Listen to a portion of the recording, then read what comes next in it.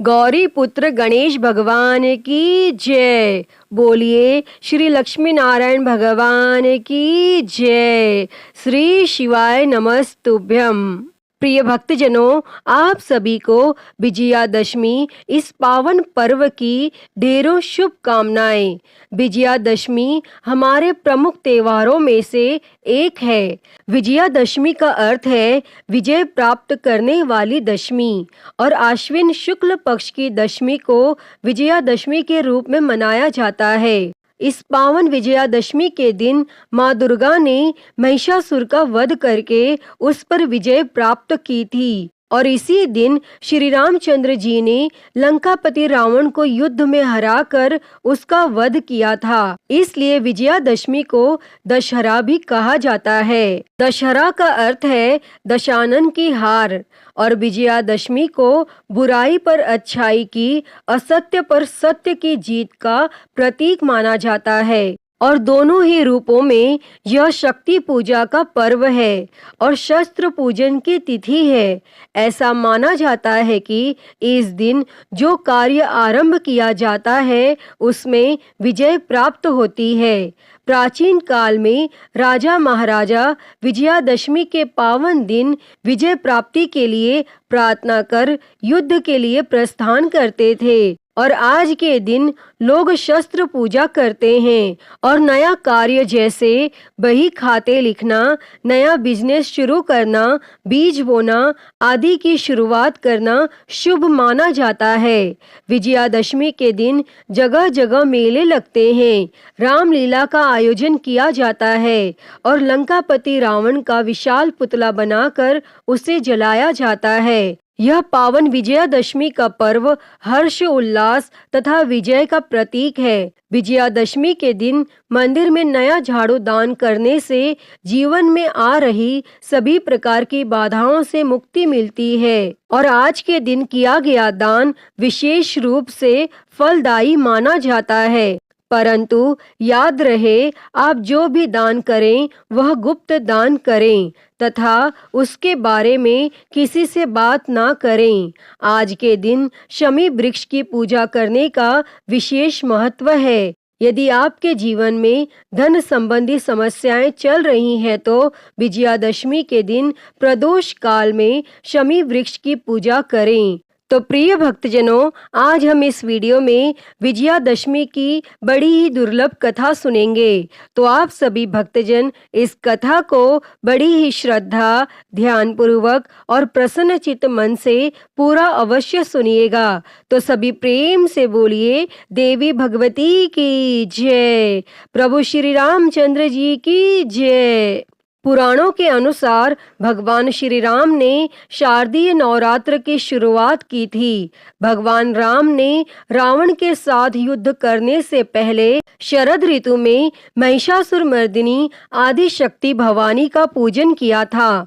जब रावण ने देवी सीता का हरण कर लिया था, तब भगवान राम ने माता सीता को छुड़ाने के लिए लंका पर चढ़ाई करने से पहले देवी दुर्गा की आराधना की थी, ताकि वह उनका आशीर्वाद प्राप्त कर सकें। भगवान श्री राम जी को यह भली भांति पता था कि देवी के पूजन में उन्हें नीले कमल के फूल अर्पित करने से वह जल्दी ही प्रसन्न हो जाती हैं। अतः भगवान श्री राम ने हनुमान को 108 नीले कमल के फूल लेने के लिए भेजा, और भगवान राम की आज्ञा लेकर हनुमान जी आकाश में उड़ गए और नीले कमल के फूल खोजने लगे। तब हनुमान जी ने एक झील में नीले कमल खिले हुए देखे, और उन्होंने सावधानी से 108 नीले कमल के फूल तोड़ लिए तथा उन्हें 3 बार गिनकर राम जी के पास ले गए।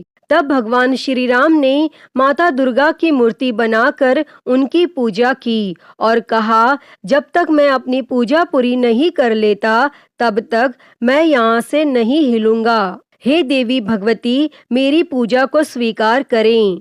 और भगवान श्री राम ने विधि विधान से आदि शक्ति दुर्गा की पूजा करना शुरू किया, और फिर उन्होंने देवी भगवती के 108 नामों का जाप किया और प्रत्येक नाम के लिए एक नीले रंग का कमल देवी को अर्पित किया। और जैसे ही वह अंतिम नाम ब्रह्मवादिनी का जाप करने वाले थे, उन्होंने पाया कि कमल का फूल नहीं बचा और पूजा में एक फूल कम पाकर उन्होंने अपनी एक आंख देवी दुर्गा को समर्पित करने की ठान ली, क्योंकि भगवान राम के नेत्रों को कमल नयन कहा जाता है। और भगवान राम की भक्ति भावना से प्रसन्न होकर शक्ति स्वरूपा देवी ने उन्हें दर्शन दिए और विजयी होने का आशीर्वाद दिया। उसके पश्चात देवी स्वयं भगवान राम के अस्त्र शस्त्रों में विराजित हो गईं। और दूसरी ओर रावण की पूजा के समय हनुमान जी ब्राह्मण बालक का रूप धरकर वही जा पहुँचे और पूजा कर रहे ब्राह्मणों में बैठ गए और एक श्लोक जय देवी भूते हरनी में हरनी के स्थान पर करनी उच्चारित कर दिया। और हरनी का अर्थ पीड़ा हरने वाली है और करनी का अर्थ पीड़ा देने वाली, जिससे माँ दुर्गा रुष्ट हो गईं और उन्होंने रावण को श्राप दिया कि तेरा सर्वनाश हो जाए। और इसके बाद भगवान श्री रामचंद्र जी ने अधर्मी रावण को युद्ध के लिए ललकारा और 10 दिनों तक उससे युद्ध किया। और आश्विन शुक्ल पक्ष की दशमी तिथि को भगवान राम जी ने माँ दुर्गा से प्राप्त दिव्यास्त्र की मदद से रावण का वध कर दिया।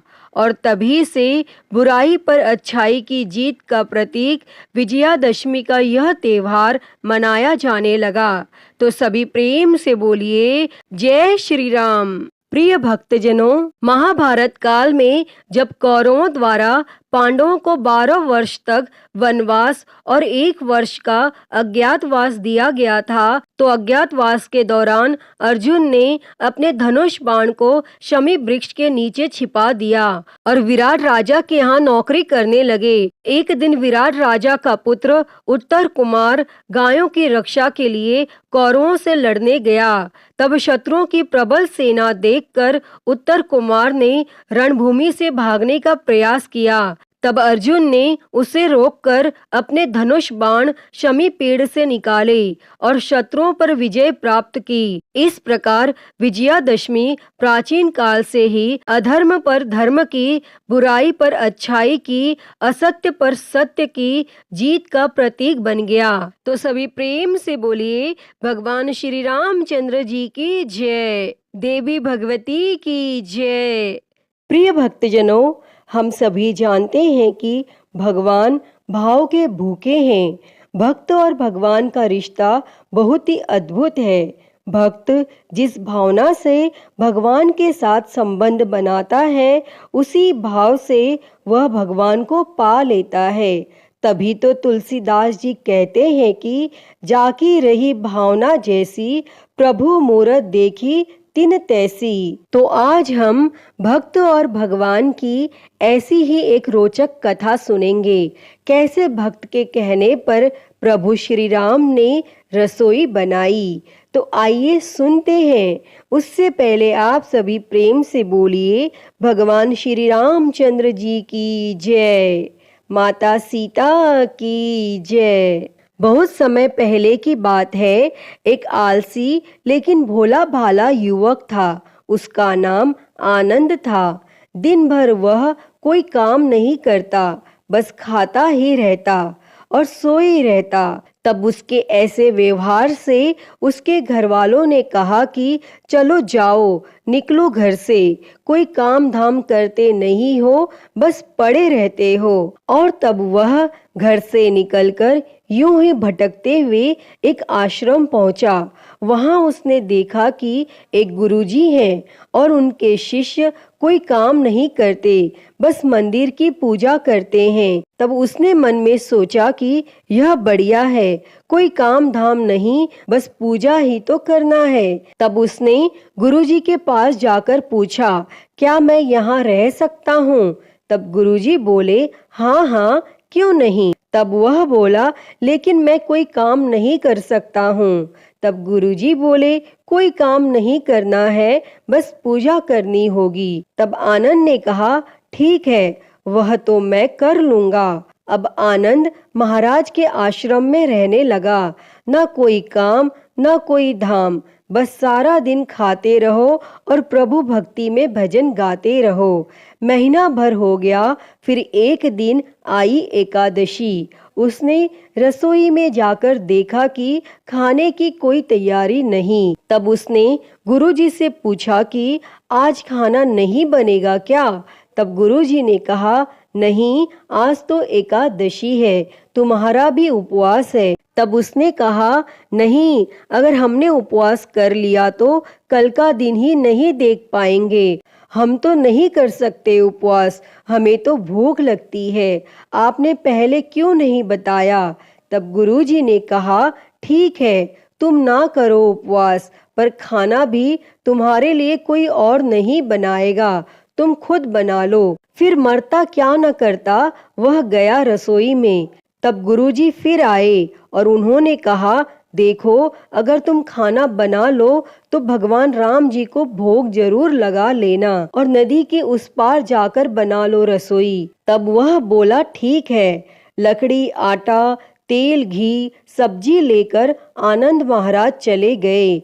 जैसे तैसे खाना भी बनाया और जैसे ही खाना खाने लगा तो याद आया कि गुरुजी ने कहा था कि राम जी को भोग लगाना है, और वह लगा भजन गाने। आओ मेरे राम जी, भोग लगाओ राम जी, प्रभु राम आइए, श्री राम आइए, मेरे भोजन का भोग लगाइए। और जब कोई न आया तो वह बेचैन हो गया कि यहाँ तो भूख लग रही है और राम जी आ ही नहीं रहे। और वह भोला मानस जानता नहीं था कि प्रभु साक्षात तो आएंगे नहीं, पर गुरु जी की बात मानना जरूरी है। फिर उसने कहा, देखो प्रभु राम जी, मैं समझ गया कि आप क्यों नहीं आ रहे हैं। मैंने रूखा सूखा बनाया है और आपको तरमाल खाने की आदत है, इसीलिए नहीं आ रहे हैं। तो सुनो प्रभु, आज वहाँ भी कुछ नहीं बना है, सबकी एकादशी है और खाना हो तो यह भोग ही खा लो। और तब प्रभु श्री राम अपने भक्त की सरलता पर बड़े मुस्कुराए और माता सीता के साथ प्रकट हो गए, और वह आनंद असमंजस में पड़ गया। गुरु जी ने तो कहा था कि राम जी आएंगे, पर यहाँ तो माता सीता भी आई हैं और मैंने तो भोजन बस 2 लोगों का ही बनाया है। चलो कोई बात नहीं, आज इन्हें ही खिला देते हैं। और वह बोला, प्रभु मैं भूखा रह गया, लेकिन मुझे आप दोनों को देखकर बड़ा अच्छा लग रहा है। लेकिन अगली एकादशी पर ऐसा न करना, पहले बता देना कि कितने जन आ रहे हो, और हाँ, थोड़ा जल्दी आ जाना। और तब प्रभु श्री राम जी उसकी बात पर बड़े मोहित हुए और प्रसाद ग्रहण करके चले गए। और फिर अगली एकादशी तक यह भोला मानस सब भूल गया। उसे लगा कि प्रभु ऐसे ही आते होंगे और प्रसाद ग्रहण करते होंगे। फिर से एकादशी आई, तब उसने गुरुजी से कहा, मैं चला अपना खाना बनाने, पर गुरुजी थोड़ा ज्यादा अनाज लगेगा, वहाँ 2 लोग आते हैं। गुरुजी मुस्कुराए। उन्होंने सोचा भूख के मारे बावला है। उन्होंने कहा, ठीक है, ले जा और अनाज ले जा। और अब की बार उसने 3 लोगों का खाना बनाया और फिर से गुहार लगाई, प्रभु राम आइए, सीता राम आइए, मेरे भोजन का भोग लगाइए। और प्रभु की महिमा भी निराली है। भक्त के साथ कौतुक करने में उन्हें भी बड़ा मजा आता है। और इस बार प्रभु श्री राम माता सीता सहित अपने भाई लक्ष्मण, भरत, शत्रुघ्न को लेकर आ गए और उन्हें देखकर आनंद को चक्कर आ गया। अरे ये क्या हुआ, एक का भोजन बनाया तो 2 आए, आज 2 का खाना ज्यादा बनाया तो पूरा खानदान आ गया, लगता है आज भी भूखा ही रहना पड़ेगा। तब उसने सबको भोजन लगाया और बैठे बैठे देखता रहा, और अनजाने में ही उसकी भी एकादशी हो गई। फिर अगली एकादशी के आने से पहले ही उसने गुरुजी से कहा, गुरुजी ये आपके प्रभु राम जी अकेले क्यों नहीं आते? हर बार कितने सारे लोग ले आते हैं, इस बार अनाज ज्यादा देना। तब गुरु जी को लगा कहीं यह अनाज बेचता तो नहीं है, देखना पड़ेगा जाकर। और भंडार में कहा इसे जितना अनाज चाहिए दे दो। और फिर एकादशी के दिन गुरुजी उसके पीछे छुपकर उसे देखने चल पड़े। इस बार आनंद ने सोचा खाना पहले नहीं बनाऊंगा, पता नहीं कितने लोग आ जाएं, पहले बुला लेता हूँ फिर बनाता हूँ। फिर उसने टेर लगाई, प्रभु राम आइए, श्री राम आइए, मेरे भोजन का भोग लगाइए। और इस बार तो सारा राम दरबार मौजूद हो गया और इस बार तो हनुमान जी भी साथ आए। लेकिन यह क्या, प्रसाद तो तैयार ही नहीं है। तब वह भोला भाला आनंद बोला, प्रभु इस बार मैंने खाना नहीं बनाया। तब प्रभु ने पूछा क्यों? तो वह बोला मुझे मिलेगा तो नहीं, फिर क्या फायदा बनाने का, आप ही बना लो और खुद ही खा लो। तब प्रभु राम जी मुस्कुराए और सीता माता भी गदगद हो गई उसके मासूम जवाब से। तब लक्ष्मण जी बोले क्या करें प्रभु? तब श्री राम जी बोले भक्त की इच्छा है, पूरी तो करनी ही पड़ेगी, चलो लग जाओ काम में। तब लक्ष्मण जी ने लकड़ी उठाई, माता सीता आटा सानने लगी और यह सब वह आनंद एक तरफ बैठकर देखता रहा। और माता सीता रसोई बना रही थी तो कई ऋषि मुनि और यक्ष गंधर्व प्रसाद लेने आने लगे। और इधर गुरुजी ने देखा कि खाना तो बना नहीं और यह आनंद एक कोने में बैठा है। तब उन्होंने पूछा बेटा क्या बात है, खाना क्यों नहीं बनाया? तब वह आनंद बोला अच्छा किया गुरुजी आप आ गए, देखिए कितने लोग आते हैं प्रभु के साथ। तब गुरुजी बोले मुझे तो कुछ नहीं दिख रहा तुम्हारे और अनाज के सिवा। तब उस आनंद ने माथा पकड़ लिया और बोलने लगा एक तो इतनी मेहनत करवाते हैं प्रभु, भूखा भी रखते हैं और ऊपर से गुरुजी को दिख भी नहीं रहे, यह और बड़ी मुसीबत है। तब उसने प्रभु श्री राम से कहा आप गुरुजी को क्यों नहीं दिख रहे हैं? तब प्रभु बोले मैं उन्हें नहीं दिख सकता। तब वह आनंद बोला क्यों? वे तो बड़े पंडित हैं, ज्ञानी हैं, विद्वान हैं, उन्हें तो सब कुछ आता है, उनको क्यों नहीं दिखते आप? तब प्रभु श्री राम बोले माना कि उनको सब आता है पर वे सरल नहीं है तुम्हारी तरह, इसीलिए उनको नहीं दिख सकता।